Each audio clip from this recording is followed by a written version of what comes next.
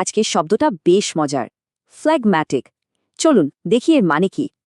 ধরুন হঠাৎ একটা কঠিন পরিস্থিতি আসলো, তখন কি হয়? একটা ছোট্ট গল্প ভাবা যাক। ধরুন ক্লাসে স্যার এসে হঠাৎ পরীক্ষার ঘোষণা দিলেন।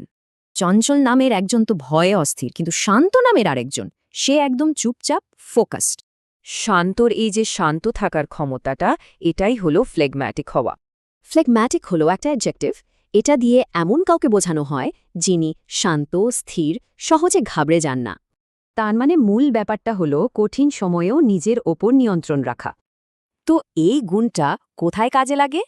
লিডারশিপে, কাস্টমার সার্ভিসে, এমনকি ব্যক্তিগত সম্পর্কেও। ভাবুন তো, একজন ফ্লেগম্যাটিক লিডার যে কোনো বিপদে তার পুরো টিমকে শান্ত রাখতে পারেন।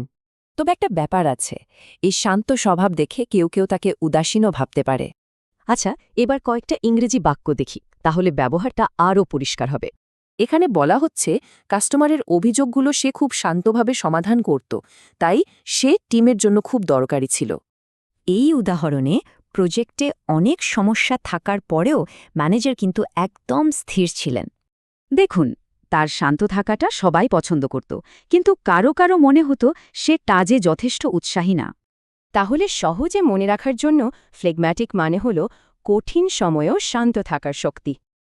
এখন একটু ভাবুন তো, আপনার পরিচিতদের মধ্যে সবচেয়ে ফ্লেগম্যাটিক মানুষটাকে